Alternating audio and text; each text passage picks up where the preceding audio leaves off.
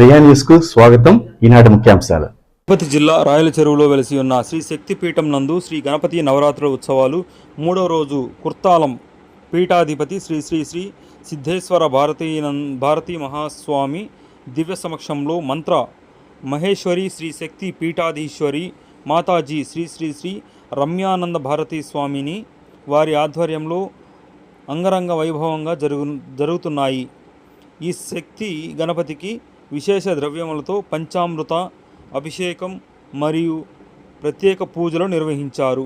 అనంతరం 1,00,000 మోదకాలతో నిర్వహిస్తున్న హోమాలలో భాగంగా 3వ రోజు 11,116 మోదకములతో ఈ కార్యక్రమాన్ని నిర్వహించారు.